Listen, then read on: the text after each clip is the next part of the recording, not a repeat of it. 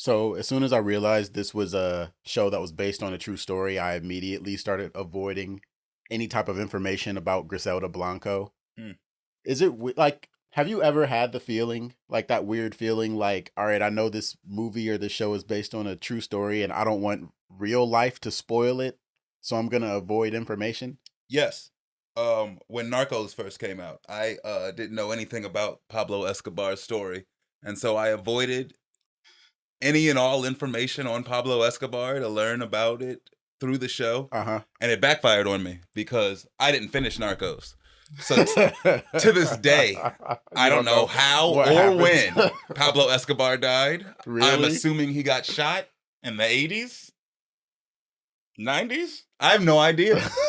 I never looked into it because I was gonna watch Narcos to find out, and then didn't finish Narcos. You don't want real world to spoil you? For all I know, Pablo Escobar is still alive out there somewhere. No, you know that's not true. Spoilers, he dies. Fuck! Rest in peace, Wesley Shepard. What business experience do you have? Oh, I smuggled cocaine for a decade. Please. All right, well, I guess that's the end of this talk. Yeah. Really? Oh, yeah. Is it like that? This whole, hey, we gotta leave the house right now, but there's a child taking a dump. It's every day of my life. Even if she said no, it would be like, how does that help you? Does that make you feel better? Yeah. This attractive woman bumps into you and then gives you drugs just for the hell of it. Hell yeah! It's a good fucking night!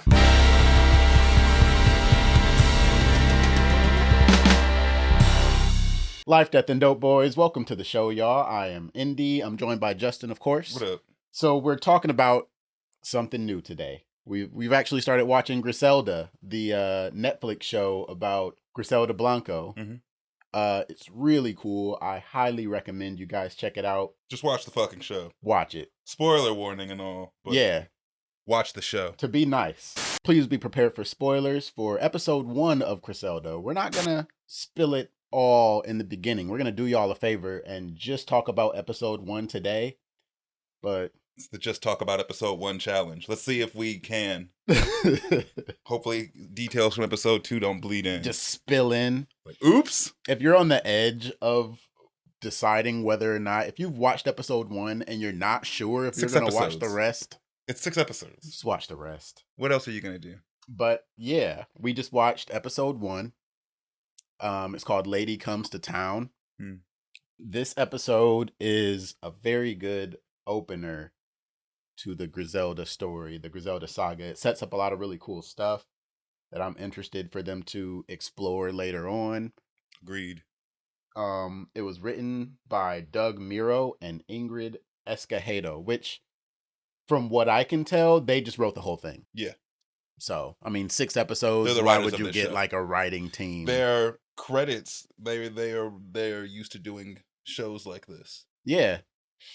All right, so pretty much like bringing up Narcos. They took the people who made Narcos made this show. Yes. Like the people who made Narcos made this. It's the same dudes. It may as well be a Narcos show. It is.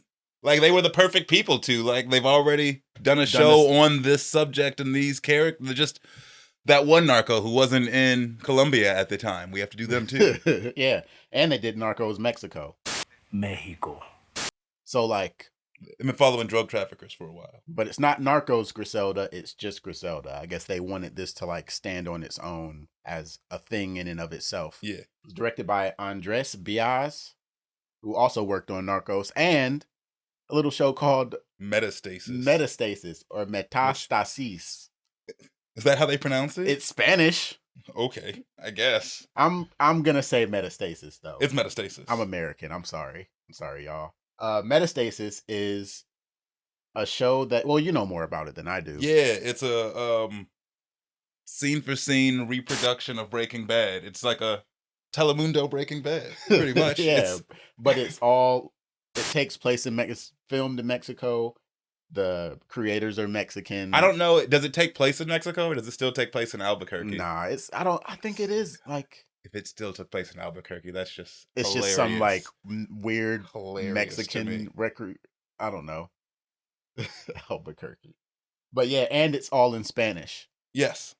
The first episode is always the hardest to do because you don't have like any context for what's going to be happening or where this is going, and kind of makes it like tough to talk about stuff. You're kind of just speculating, really. But I like speculating. I think it did a good job giving us enough context from like jump. What do you mean from jump? Like from for episode opening 1? Scene, yes. Yeah, but at the same time, there are a lot of scenarios and characters, we've learned from just watching ahead that don't really come into the picture until like episode 2 or even sometimes episode 3. Yeah, but the show's not about those motherfuckers. True. I seriously, anybody that we've met in the time that we've been watching, I expect them to die. Like, low-key unceremoniously. You're just like, all right, who's gonna die today? Yeah, yes. It's a show about the Medellin cartel. Like, people are gonna start dying soon. I'm surprised we've gotten so far in and only 2 people have died. There's been more than 2 people. Oh, yeah, you're right. Way more. You're right. Not way more, but more. Whatever, they didn't die in episode 1, so they don't matter. Life, Death, and Dopeboys. Episode 21. Blood and Aspirin. Alright, it's 1978 in Medellin, Colombia, and Griselda busts into her crib in the dead of night, straight bleeding from her gut. Homegirl does what she can for the wound.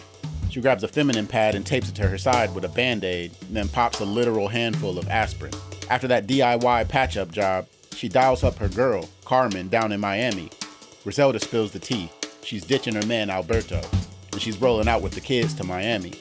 Carmen ain't exactly vibing with the idea of Griselda crashing at her spot, but she ain't about to turn her back on her ride or die.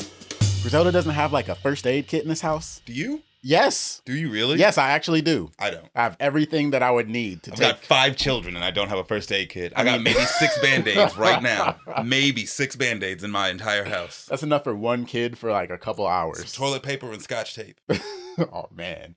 I don't have what I would need to sufficiently patch up a gunshot wound. I think that she does a great job with what she's got. I think that's a great idea. I mean, it's a good idea, but them Band-Aids are not gonna stick. Wouldn't a first aid kit would have helped? Some gauze? She's got gauze in the pad. In the pad? Yeah. I'm not saying she did a bad job. She did what she could with what she had. She made it work. Maybe in 1978, first aid kits weren't prevalent in the household, in people's households. The American household. Yeah. Or no, they're in Colombia. Well, I guess that makes it even less prevalent. Yeah. So where's I don't know nothing about Colombia, man. Maybe they're like maybe they're I know it was good as fuck in the 70s. Shit. But maybe they all still had first aid kits in their house. You don't know what the hood was like. Hey man, you gotta make sure you patch that up. You don't got no gauze, brother? Nah, you probably just died of an infection. Griselda calling Carmen. She very much imposes herself into Carmen's situation. Here? You coming to Miami? With the kids.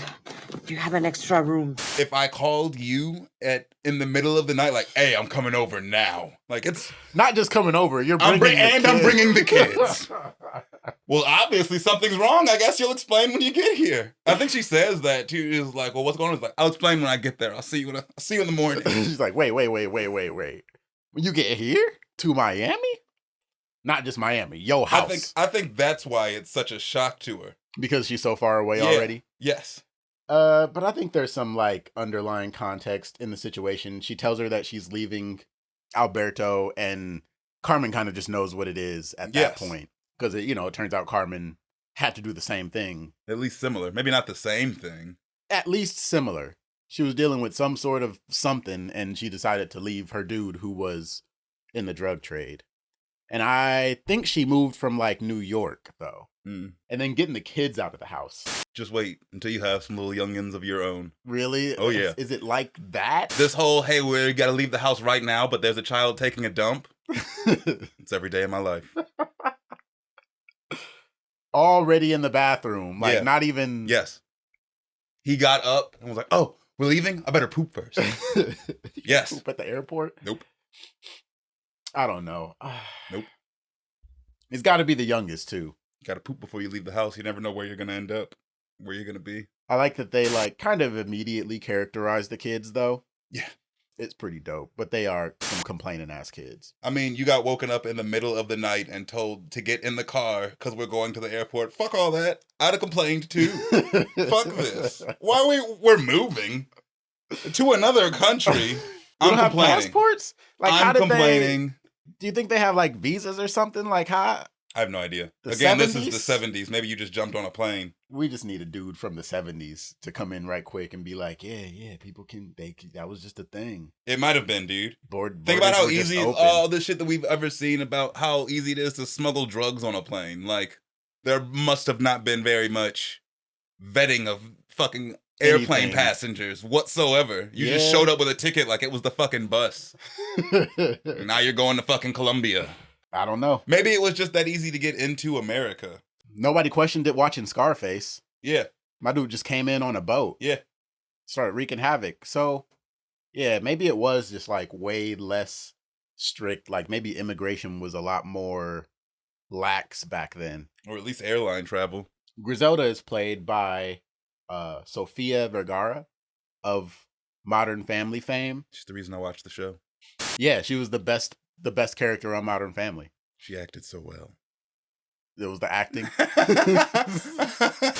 Great acting. I love the way she glides through her scenes. Yeah. She just has such a bouncy personality. She was also in Machete. Machete Kills, specifically. Yeah. Yeah, she shot machine guns out of her boobs. That was her. That was her, yeah. Wow. It was dope. Like, it was crazy. They do it way better than they did it in James Bond. I'm sure. Way better. I was like, okay, great job. Y'all made that badass and sexy. She was in this other show called Chef I never watched. Never even heard of it. I did want to just bring it up just to let people know she's been in a lot of stuff. Like, I'm she's not, for a lot of people, myself included, she kind of just disappeared after Modern Family. You know, I haven't really heard of anything that she's done. But apparently she was a big part of getting this show made. She's one of the executive producers. Yeah. Like, she was campaigning for them to tell this story specifically. Mm-hmm. And so on some like Dwayne The Rock Johnson wants to be wanted to be Black Adam. Yeah. And so he just made it happen. Yeah. Kind of the same with this. Badass way to get a story The told. leading role. Yeah. And then you get the leading I think role. I want to be the leading role in this story. How can I make that happen? I'm just going to talk about it over and over again and fund it with my own money. Straight up. This will be like her resurgence. I would see this as like how people saw Bryan Cranston from Malcolm in the Middle, and then he starts to play Heisenberg, and it's like, oh, kind of the same type of transformation here. Yeah, I agree. Because she does a really good job in this. So Griselda hustles her boys out of the house and into the family whip, and while cruising to the airport, she drops the bomb. Her and Alberto are splitting up. After a flight and a quick ride, they roll up to Carmen's crib, and Carmen hooks them up with a room in her spot. Griselda tells her kids not to sweat it, because she's going to secure them a fresh new living situation real soon. And she's better. Yeah, right? We're living in one room. It reminds me of when I moved back home from Denver, because it was the same shit, just staying with a family member until we got our own stuff. But, like, the same exact scenario. The whole same scenario. Yeah. I swear we're going to be out of here soon. I promise. She's got a plan. She's got a plan. The kids don't really react. Oh, you know what? I think it's like Alberto is none of their dads. How many of these divorce scenarios do you think the kids have seen? Especially the eldest one, who like doesn't give a fuck. I don't know if I don't know, because obviously, you know, they have an actual father. We don't know if he's dead or divorced or they all might have different dads. For real, all we know. For all we know, that eldest has probably seen all sorts of bullshit. The oldest always All does. sorts of bullshit. I mean, you know, we do learn that she used to be a prostitute. Yeah, but I think that was pre her kids completely. I'd like to. Really? I don't know. The oldest kid looks like he's like 18. Yeah, you're right. And then how long? I think she had been selling drugs with Alberto for like 10 years. So because maybe that's what she tells Amilcar at the end. So you may have seen some shit. Who knows? Damn, I was gonna say some spoiler shit for episode 2, but I caught myself. Cool introduction to Carmen though. She seems like a really down to earth character. I really like her living situation. She looks successful. The only person that doesn't seem down to earth in this situation for real is Griselda. Yeah. And I'm sorry, because that was even kind of a spoiler. Because I guess in episode 1, she seems down to earth until you realize that she's lying about everything. Everything. So Griselda and Carmen link up to vibe and catch up over some drinks. Griselda tells Carmen about her game plan, locking down a spot for her and her boys as soon as she bounces back. Carmen's all in, wants to lend a hand, and gives Griselda a gig at her travel agency to help her rise up. But Carmen lays it down real talk. She's down to support, but she ain't bringing that shady drug lifestyle back into her world. Griselda swears she's done with the drug scene. But plot twist, when she's back at the spot, unpacking her bags, turns out she's brought a whole kilo of cocaine up with her. Lying. Motherfucker. How mad would you be if I told you that I wasn't going to sell drugs anymore and then had a kilo of cocaine with me? No, I swear, this is my last key. I promise. I'm not going to sell drugs anymore. I'm giving up that life. I just brought this kilo of cocaine with me just to... It's completely like... Just to hold me over. Just in case I need some spending money. Nah, she's trying to buy a house with that. Spending money. That's not spending money. It's a little pocket change I brought. But it's only episode 1. Like, there's no way, as the viewer, that there's no way that she's actually not going to sell any drugs. So I like the fact that they, right after that, immediately show you that she brought a brick of cocaine. I mean, maybe they could have, maybe she stumbled into it or something like that. But no, they clear it up immediately. Like, no, she's lying. She fully intends to be a drug kingpin, in fact. Yeah. At Not that even point, like all some you know, small time. Yeah. She could have gotten an apartment with like a quarter of the amount of cocaine that she brought. Yeah. She said she don't got to pay rent for like the next 2 years. She owns that house. I think how low mortgage rates were back in 1978. Yeah, buying a house was nothing. I don't know about Miami. Yeah, but there's no way they were paying for a regular. I don't know. I wonder how much Carmen was paying for that house. You just have to look at fucking housing situations back then. Mm-hmm. It's weird. This like, based on what you learn in this episode, and then going back and watching this conversation, it's like Carmen offers Griselda like business advice to like show her how to start up a business and see how get in here. You know, you can get a foot in, see how a business runs. Yeah, I'll help you out. I'll show you the ropes. But like, Carmen's been moving cocaine for 10 years, bulk into New York. Yeah, but she's talking about trying to teach her how to sell airline tickets and set up like a legitimate business. I don't know. She doesn't say it that way though. Maybe that's what implied. That's what I got. She's trying to teach her how to set up a business.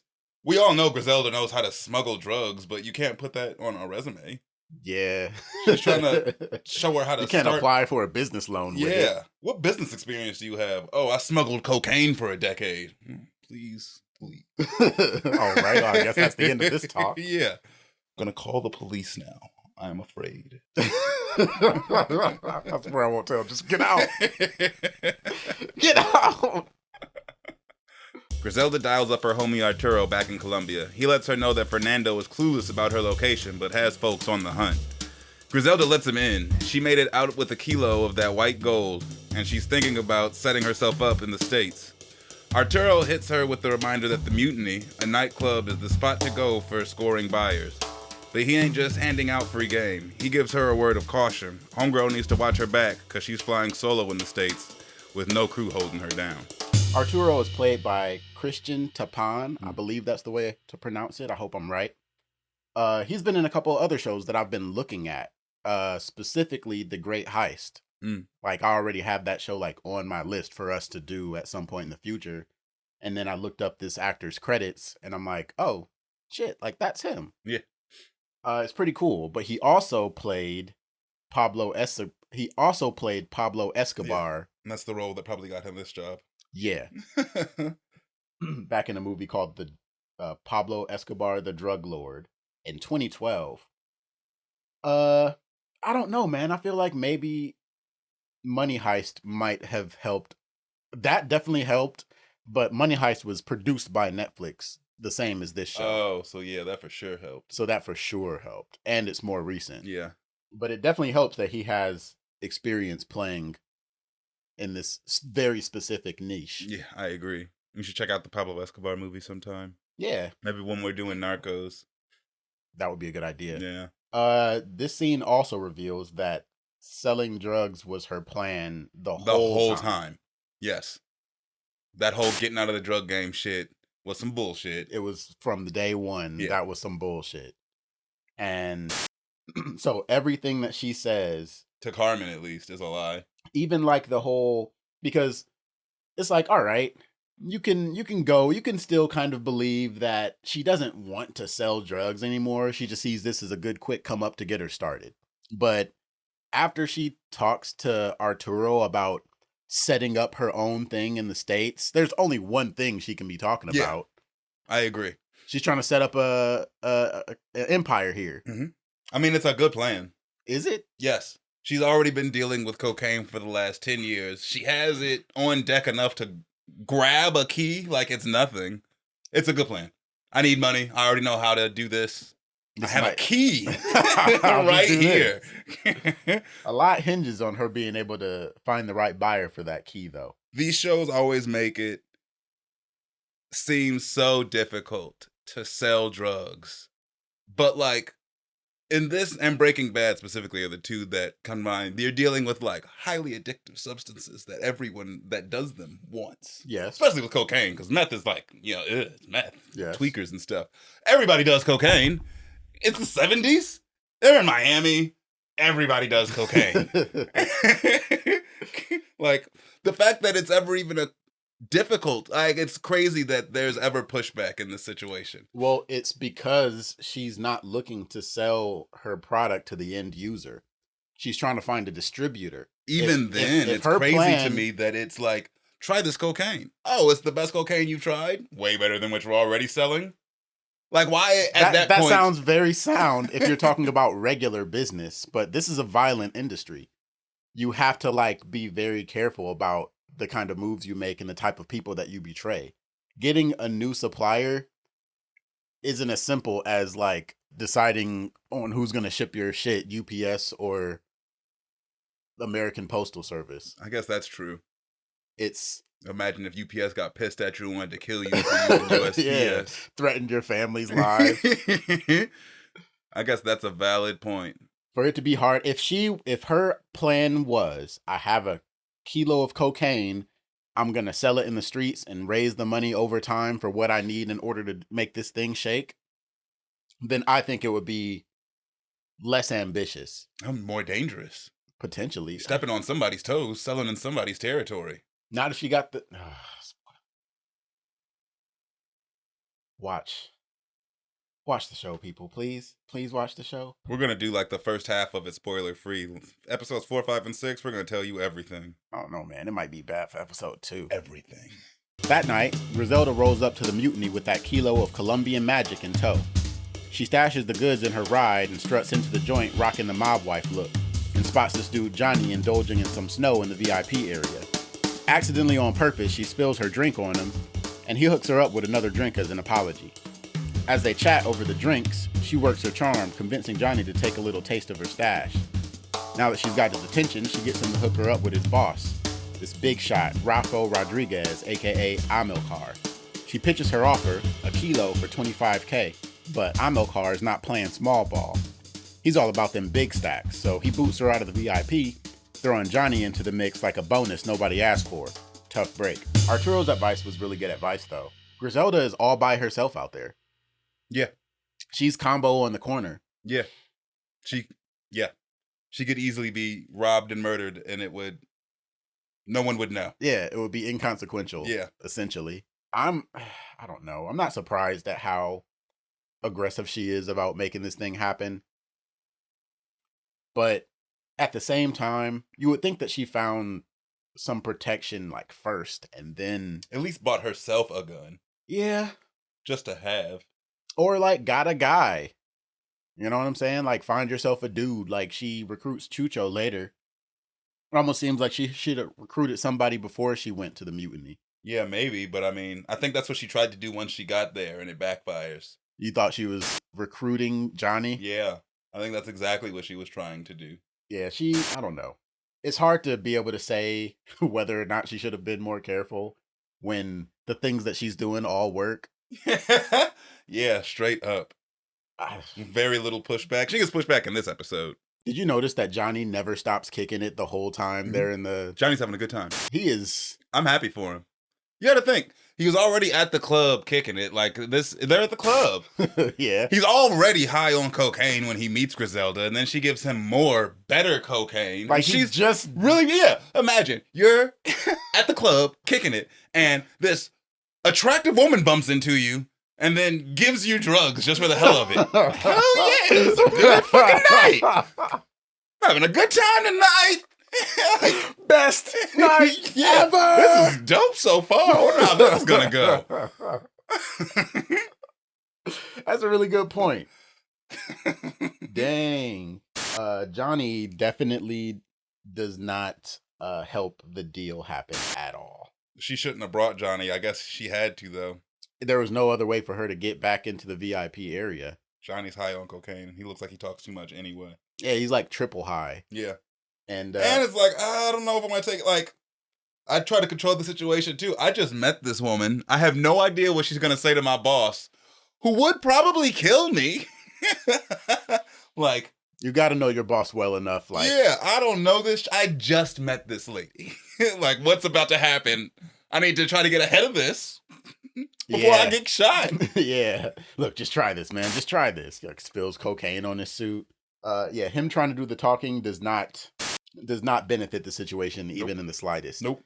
Your impression of Johnny at the beginning of this scene and your impression of him by the end of it is like... I think it's like when he does the cocaine, it's like he just discovered fire. Yeah, He's trying to get Amilcar to... Dude, look at this. Please. Nah, man, ain't nobody fucking with that bullshit. But yeah, Griselda essentially goes straight to the top of the food chain. Yep. Like, she's not interested in small fry at all. No. Johnny ain't taking that embarrassment lightly. Dude trails Griselda to her ride, fuming about the whole scene in front of Amilcar. He steps up, pulls a piece on her, and demands she cough up the stash in her trunk. Homegirl hands it over, trying to keep it cool, but Johnny ain't done.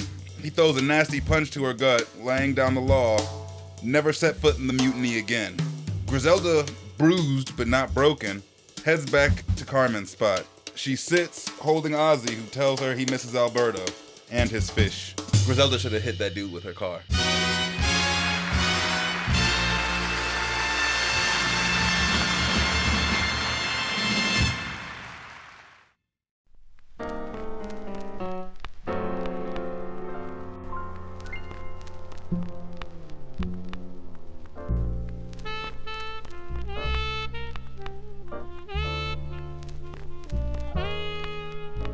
I swear, Carmen, I am fucking out of the drug business. Your girl's selling coke. 9 p.m. Don't be late.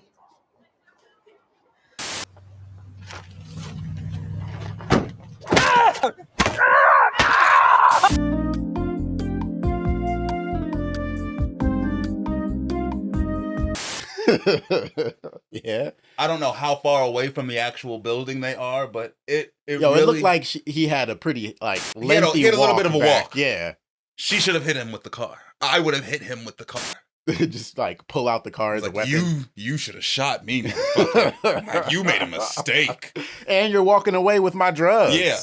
That's a kilo. That's $25,000 that you just stole from me, and then you left me with a bigger, more dangerous weapon than you have. No, this is definitely gonna... I mean, the car might take some bullet holes, but... I would have hit that motherfucker with the car. And you gotta do something. At this point, I'm wondering, like, what's Griselda gonna do? Yeah, it's bad. Like, she just got robbed. Story's over. Yeah, roll credits. It's over. Your average person, that will be it. I did underestimate Johnny, though. I think I overestimated Johnny. Really? I didn't expect him to do some shit like this. That's what I mean. Okay. I guess, I don't know, is that overestimating? You overestimated, like, his character? Yes. No, I underestimated how much of a threat he represented. Okay. We're not expecting Johnny to do some bullshit like this. Yeah. I'm disappointed in Johnny. I really am, too. Because I was really liking this guy. I'm like kicking it with him. He seemed like a cool guy. Had some rhythm, you know? Yeah, you was corny in front of your boss, but whatever. Like, we've all been there. Yeah. But this, I'm sorry, man. This is dirty. He saw a potential come up, I guess. It was the best cocaine that any of them had ever seen. And he wasn't ready to walk away from that money, but at this point, he's like rogue. Like, he works for Amilcar. Like, he's rogue. Getting some deep doo-doo. He went rogue in this instant. When Amilcar decided not to buy the cocaine, he was like, I'm going to find somebody to sell this shit myself. Ooh. She's trying to get 25 bands for this. I bet I could get 25 bands for this. Bro, if I could get 20. Yeah. This bitch is trying to get $25,000 for this brick of cocaine. I'm going to take it from her. Yeah, you're sitting there listening to the conversation. Yeah. This bitch is insulting me and telling me about all the money that she has in her car right now. Huh. Yeah, take him with you. No. No. He can stay. He can stay in here. In fact, you walk out with me. Literally, she could have asked any person in that entire club to walk out with her and he would have come. Who's to say they wouldn't have robbed her and violated YouTube's community guidelines? I guess, yeah, that's a really good point. Really feel like it's really dangerous for women to talk to strange men that they don't know. Yeah. It's the 70s. You know? Man, or 80s or 90s. Yeah, not much has changed, but... Like, you can't just be, hey, can you walk me to my car so that no one tries to rob me for... Yeah, there's still racism. I'm still careful out there, but I'd be way more careful in the 70s. Hell yeah. All right, flashback to Colombia. Griselda and Alberto roll up to this massive mansion that happens to belong to Alberto's brother, Fernando. No fancy dinner plans here, though. It's straight up business. Alberto dropped the ball on 2 New York coke shipments, a cool $500,000 down the drain, and Fernando wants to collect. With their supply on lockdown, Alberto's desperate to make things right. He arranges it with Fernando to where he can wipe the slate clean by giving him one night with Griselda. She's heated, rightfully so, but in the end, she bites the bullet for her man, doing what Alberto asked to clear their debt. Alberto sucks. Yeah, both of them suck. So does Fernando. They're both some bitches. I really don't see a situation. I don't see how this ends without at least one of them catching a bullet after this. Yeah. At least one of them. Because I don't understand how Alberto is mad at I'd be pissed at my brother. It's like, I've got to kill this motherfucker now. Like, I guess I got to take over the family business. Yeah. This has got to go.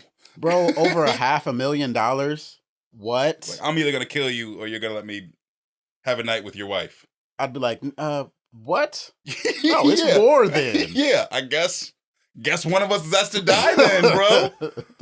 I'd go home and calmly explain to my wife, hey, listen. Yeah, I got to kill Fernando. We've got to kill Fernando, and then we've got to go on the run. Griselda goes on the run anyway. Because, like, you're going to explain to her. She's going to be like, what? Why? And then you explain why, and it's like, okay. We got to kill Fernando. Okay. I'll start packing up the kids. What the fuck? Why? What? That's some power play shit for your ass. Like, damn. Yeah, for real. That's how you establish dominance on a motherfucker. 2 more shipments, though, is how they say it in the show. Perdimos 2 cargamentos más en Nueva York. Medio millón. He lost 2 more shipments. He's been losing shipments. Yeah, this isn't new for him. I love that Griselda's like, I told you to back off. And he's like, I know, you did. You're right. I should have listened. Now you got to sleep with my brother. Yeah. Like, why am I the one who has to pay for your fuck up? Because it's the only thing that Fernando wants. Because they don't have the $1 million that they owe. Alberto is just weak. He's just weak. Yeah. Yes. Like, she's probably never been taken seriously by Alberto or Fernando or anybody in that family. But her ideas work. Her ideas work. Like, this is where you learn that she used to be a prostitute. From some dialogue that Alberto drops. So it's like, given that, and especially given the time period, like, it's probably like no one in that family has ever really seen her as somebody. Anything. Yeah, anything. especially given some things that are said in some episodes after this. But to use her as a bargaining chip, like there's no way that you ever were like, and then he's like, you know, do it for our family, do it for the boys. And it's like, Fernando probably would have killed them. yeah, these aren't even your sons. Like, your relationship with them can't be that strong to where like my 2 oldest boys can't stand your ass. Do it for the boys. You want me to? I think he says that because Fernando would have killed them. All of them. They owed him money. I think Fernando would have killed the entire family. It's really like, either I get to have sex with Griselda or I'm going to kill all of you.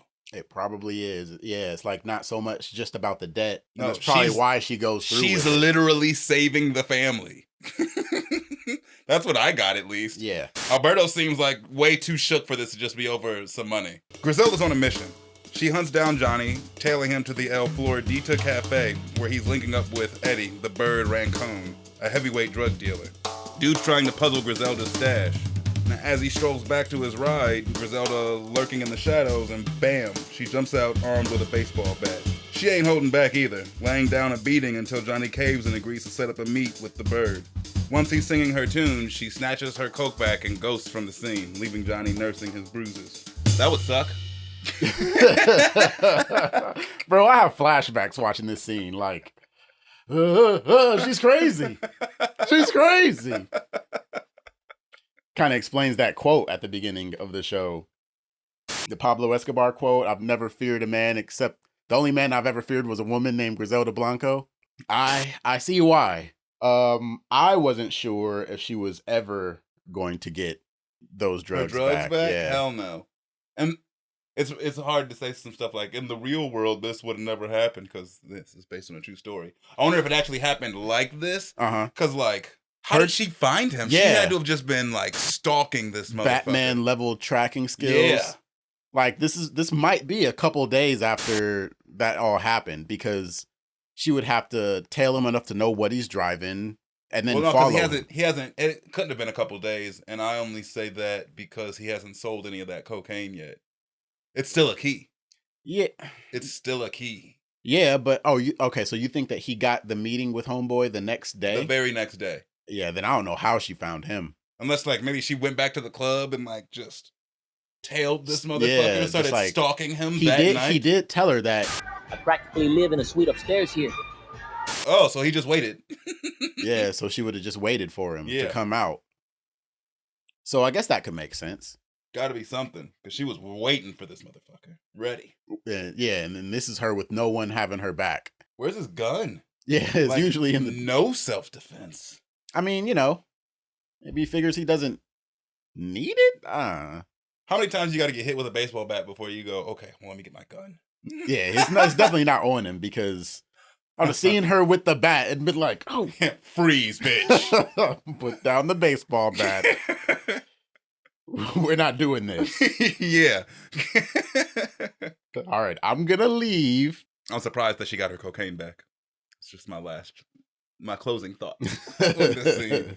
I'm surprised that she got her cocaine back. It didn't take long though. Like, it was like we were left wondering what she was gonna do. And then very next scene we find out. Yeah. Like, all right, she got it back. That was really easy. Surprisingly easy.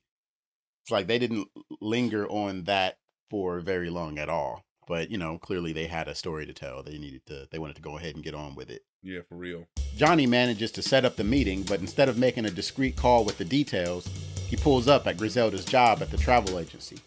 Carmen, just strolling in, catches them in the act, and Johnny obnoxiously lets it out about Griselda's side hustle in the coke game. Carmen's beyond furious, and she drops the hammer. Griselda's out of a job and on the curb. She's gonna need a new place to crash. I don't blame her in the I don't either. Griselda's I'm trying to get away from the drug game. You told me you were trying to get away from the drug game. I'm thinking we're like, okay, you know, we're in the getting away from the drug game club. Yeah. You had no intentions on getting out of the drug game. And then even in this scene, like, Griselda's trying to tell her, it's just 1 kilo. Oh my God. And it's gonna be out of your house by tonight. I want you out of my house by tonight. It's like you got caught in your lie and you're doubling down on the lie. And revealing some shit that Carmen didn't realize. I love how Carmen, you have a key? In my house? I thought you were doing like little bags. Oops. A key of cocaine? You could beat someone to death with a key of cocaine. Put it in like a sack. Yeah. That's a lot of cocaine. Yeah. Kicks her to the curb. It's like, nah, you're not going to use your sob story to change my mind. She's the wrong person to try to give that sob story to, in my opinion, just based on her own experiences as well. I'm sure she feels bad for Griselda. Like, she obviously cares about her friend. She said she apologizes for this. I'm sorry, Carmen. I'm sorry, too. I don't know if Griselda feels bad, though. I'm sure she feels bad for upsetting her friend. Yeah.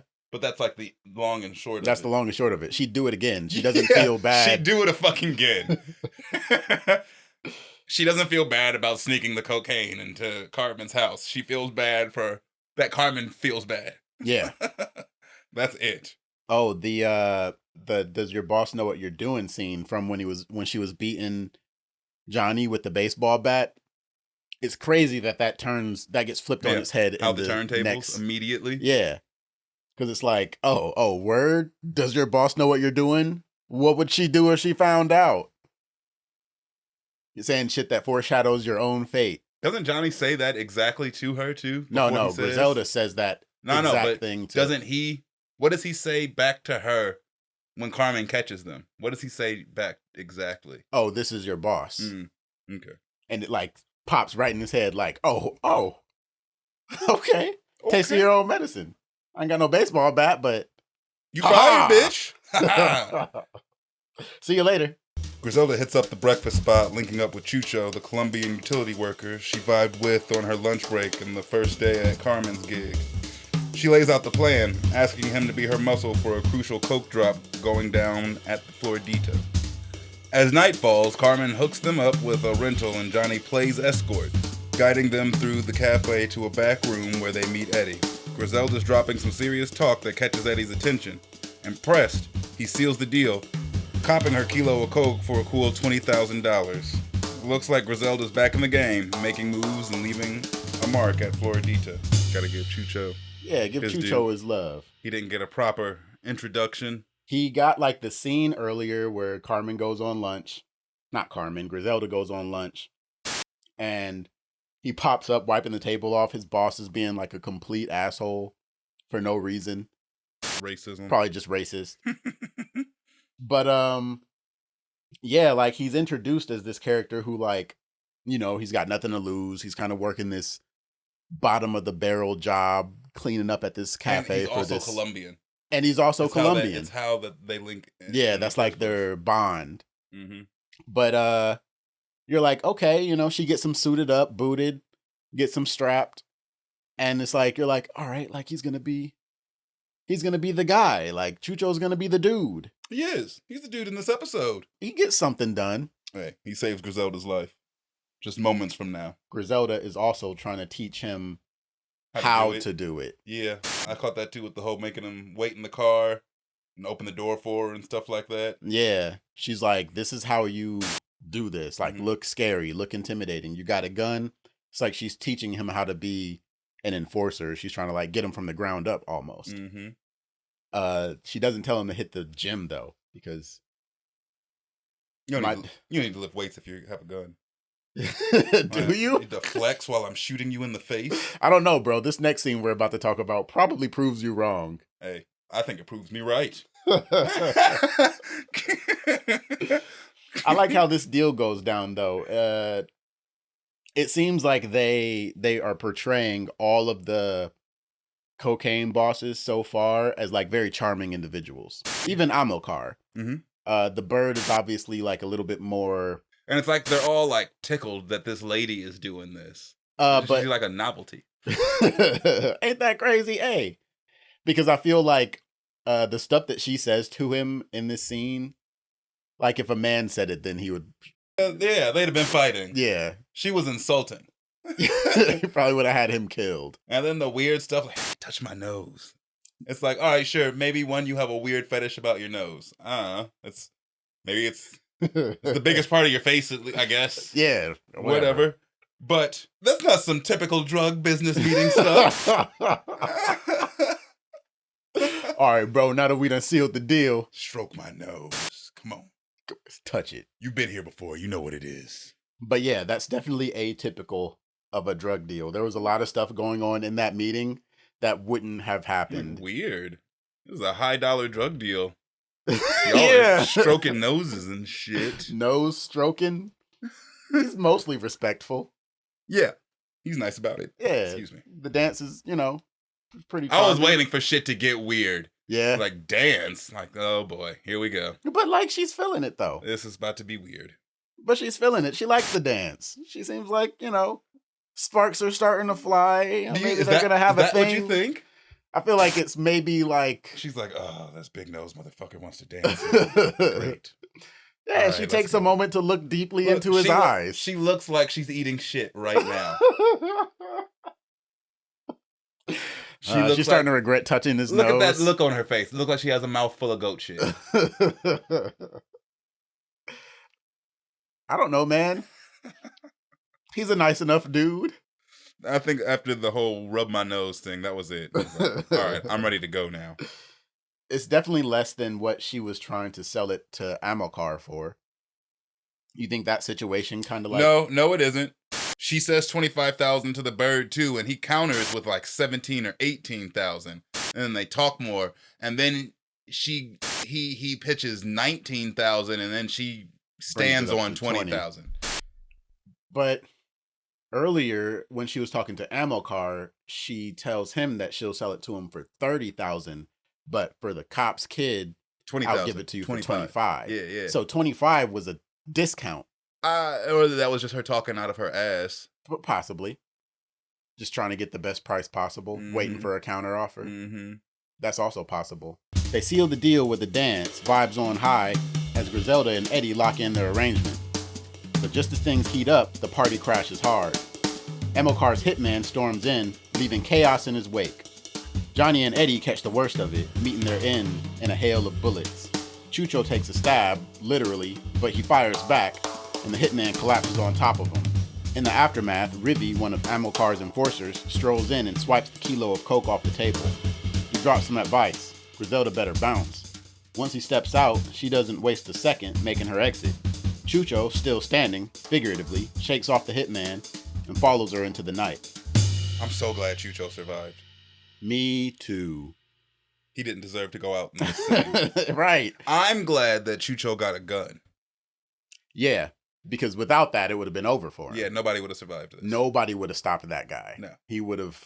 I'm glad that this dude does something, because the first time you see him, it's Johnny saying some like ignorant punking him, ass shit to kinda. him. Yeah. Because he moves.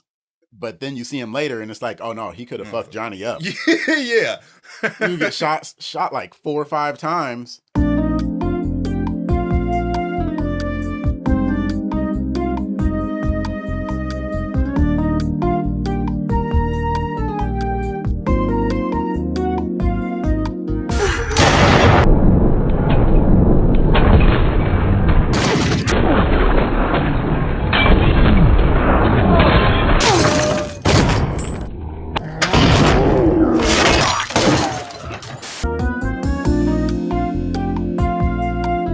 Yeah. In center mass and doesn't slow down.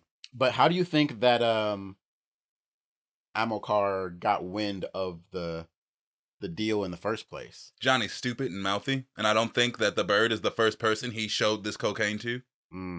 Johnny is trying to sell this cocaine. I'm sure that it got back to Amilcar. The bird is the first person he could get a meeting with. Yes. I can see that happening. That sounds about right. Mm-hmm. So Griselda's probably been following him for a minute that day. She tailed him for a grip, waiting for him to... I'm sure that that's not the first person that he sold or tried to sell cocaine to. And it goes to show because Johnny takes a big L in this scene. And it's like... The biggest. Yeah. Same thing with the bird. Like, I expected him to be like a recurring character. Yeah, me too. Because he already had so much personality. Like, it's like, okay, this is going to be one of the guys. All right. And then they show you real quick, like, nah, there's only 6 episodes in this. Like, do you think the actor himself is he's like reading the script? He's like, all right, this is my one scene.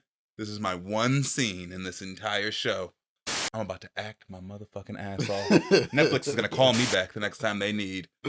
Yeah. Big-nosed drug dealing gangster. They're gonna call me. Yeah, man. I mean, it's crazy. Like, for a character who gets introduced and then killed off in the same episode, and a minor character, in the same scene, they do so much work to establish who he is, his personality, what he's like, kind of even start to bud like some sort of relationship, even if it's just a business relationship between him and Griselda, to make you feel like, all right, this can be somebody important. Same way with bodyguard dude. It's like you see him once in the beginning, and then you see him in this, and it's like, oh man, like this guy's not gonna go down. Like, who is he? He doesn't look like he's wearing like a bulletproof vest or just nothing. a big he's taking motherfucker these to the chest, and it's like he makes an impression on you, and then he dies, and it's like, oh well, Johnny got some character development, not development. I'm shocked Johnny died. I'm surprised that specifically Johnny and Eddie went out the way that they did because they got so much development. Yeah. In such a short amount of time. They did a really good job of that. I think so too. And it kind of scares me for the rest of the series because it's like, no. Everybody is on the table. I'm on some Game of Thrones shit with this show. Everyone that I have met so far could die. Don't get close. Yeah, I'm not. There's only one person who I know how she dies. Yeah. But the point is she does die. So everyone else in this show could. Yeah, they're all on the chopping block. Everybody. I know one of her sons is still alive. But that's just from reading news articles and stuff like that. He tried to sue Netflix. Yeah. Griselda sits in the car, counting her cash, and her mind rewinds to that fateful night she jetted from Colombia. It all flashes back, the aftermath of sleeping with Fernando, returning to a heated showdown with Alberto. He throws shade, accusing her of enjoying the affair. Fed up, Griselda grabs Alberto's car keys, laying down his new reality. She's out. Alberto, with one of his crew, trails her to the car, trying to block her escape. He insists she's going nowhere, spitting some "you'll come crawling back" nonsense. Griselda hits her limit, pulling out a gun. Shots ring out, and in the chaos, she guns down Alberto and his partner. But the victory comes at a cost. She takes a hit too. But she's still able to bounce up out of there. Why does this make you more mad at her sons? Because now that you know how urgent the situation was that they had to get out of. They didn't. They're kids. Bro, I don't know. Look at how your mother is behaving and, like, peep the sense of urgency. She's behaving very normally, though. You think so? Yes. You think she's just like some wake up for school energy? Yes. I think she does a really good. She's definitely not, I've just been shot and killed 2 people energy. Yes. I think, hey, come on, get up. We got to get out of here. Like, there is no sense of super urgency even from her. It's like she's trying to keep the boys calm so that they don't freak out and shit, too. Yeah, I could see that. Especially given she just murdered 2 people. Yeah, she just killed, and she's got an open bullet wound. Like, don't freak out. Stay calm. Probably for one, because she'd probably bleed out faster if she freaked the fuck out. I don't know. But this definitely, it's like they really shoved Alberto in the ground as far as his characterization and how you're going to feel about him before, like, leading up to his murder. Like, they really don't want you to ever feel bad for this guy. It was the scene where he got killed for me. He still could have been a sympathetic character after making his wife do these things if he didn't react that way when she reunites with him. Did you like it? I bet you liked it. Bro, why do you want to know? First of all, what kind of question is that? How does that help your mental state? Any dude who ever asks what if that she's like, isn't actually pleasing his absolutely. woman properly. Like, any dude who ever actually asks that question seriously, it's like, you've got some inadequacy issues, don't you, bud? Yeah. You haven't been doing things the way you should be. Because why the fuck would you want to know that? Even if she said no, it would be like, how does that help you? Does that make you feel better? Yeah. Does it make you feel better that you made her do this and she didn't enjoy it? Such a weirdo, man. But it's like, yeah, by the time Alberto takes that bullet to the face, it's like, all right, when is this nigga gonna get shot? Yeah. So are you gonna kill him? You're gonna kill him? You're gonna kill him, right? And the look on her face, like it's blink and you'll miss it. Because the shot of her taking the gun like and pivoting it around to his bodyguard dude is so like short, but she's like smiling. She's enjoying herself. Like she killed Alberto and immediately is like, "Oh yeah, I'm killing you too." And if you pause it, which I did, when the light flashes from her gun, you can see this like Joker ass smile on her face. Maybe that's just the way her face is shaped and stuff. I think the makeup doesn't help either. I'll show you after Show this. me, I mean, please. I've already shown them. You should have. Oh, did you? Yeah. All right, so I'll see it when you post the video. Okay. I'll see it. I can't wait.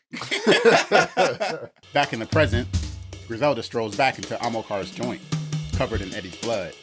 With bold determination, she pushes for Amilcar to taste her merchandise. Promising a lucrative partnership, she urges him to take a chance. Amilcar eventually caves, giving it a shot. Surprise, surprise, he finds her product not just good, but superior. Griselda's pitch gains momentum as she reveals the sweet deal. He can cut it twice, doubling the profit. Amilcar gives her a shot. She can be his new supplier for Eddie's old turf on the condition that she delivers a doubled order next month. Leaving the club with pride and a point to prove, Griselda's set to conquer new territory and show the game she's a force to be reckoned with. And that's the ep. It seems like a triumph on Griselda's part, but it's also a precarious position she's put herself into. Because we don't know how she's gonna... Reminds me of Walter fucking with Tuco for the first time. Yeah, where he like doubles the order or something and has nothing. No means to make this. How are you gonna make this happen? Yeah. It's like, can you even fulfill the order? Now, we did see her call Arturo in the beginning of the episode. So we understand that she has a connect, but she's making promises before she's able to like really set that up. For me, Arturo still seems like a shaky proposition as the viewer. Yeah, I agree. So she's gambling on a lot. She's gambling on everything. Maybe this is them trying to characterize Griselda as the type of person who will make deals without like necessarily having the material. Yeah, make the deal and then figure it out afterwards. Yeah. It does seem like that's the vibe. Seems like a really dangerous way to do business, though. Yes. She's got all these good ideas. Eventually, one of her ideas is not going to work, and this is all going to backfire. For all that we know, that might be what ends up happening to her in the first place. I don't know if I would go straight back to Amilcar, though. Nah, he's the top one. And he's the one who just sent those deals. Like, you going to go to somebody else so Amilcar can kill them too? Yeah, that's a good point. Because she just tried to go to someone else other than Amilcar. Yeah. He had them killed. So, Griselda, episode 1, how'd you feel? I liked it. It's slow, I think. It's slow, but it's got to explain why the fuck she did all this. Yeah. At least, it's slow compared to the other episodes we've watched so far. Right. It's the slowest episode of the show. Oh, yeah. But I still like it. I like all the characters. I like Amilcar. Mm-hmm. He's cool. I don't know, just kind of waiting to see what happens next, really. Because most of this episode was her dealing with setbacks and fucked up shit happening. So if that continues, I really don't see how she becomes this big drug kingpin that she apparently came to be, even though none of us have ever heard of her until this Netflix show. Right. I thought this episode was really good. I was excited for the things that it potentially could set up. The things that it left on the table, like like Fernando back at home, and the fact that Griselda just killed her brother and bounced. Like, all right, that's definitely going to come back up again. I'm excited for them as antagonists. Right. Griselda and her connection with this Amilcar guy, I'm like, all right, that's going to be really interesting to see how she's able to move through that. I was excited about learning more about some of the characters who were kind of introduced briefly. Like you get to see them a little bit, but they don't really flesh out yet. One of the big ones is Rivi. I'm like, all right, he can be pretty tough as a character, but the main one for me was Chucho. Yeah, I agree. I was like, all right, what are they gonna do with this dude? Like, he's gonna die. I don't know that for fact, but my heart is telling me not to get attached to Chucho. So far, he's like pretty sympathetic as a character. Yeah. He's the guy, he's the outsider. Yeah. He's the only one what in if he there. snitches? Ooh. What if he's the weak link? Because what's going to happen? Is somebody going to snitch? She doesn't go to prison. Mm-hmm. I know that much. So how is this shaken out? Also, Carmen was a really interesting character. And I'm looking at this like, all right, is she gone? Like, is this the last that we see of her? Will we see Carmen again?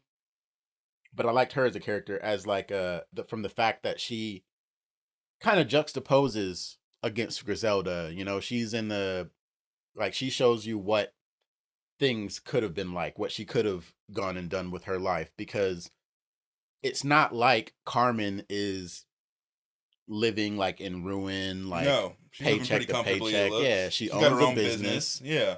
And it's like, she's successful. I like that Carmen is a supportive friend. She's supportive while also condemning completely what Griselda's doing. Yeah. I like that. And then she stands up for herself at the end. Yeah. Like, she's like opposition, but she's never not a friend at the same time. Yeah.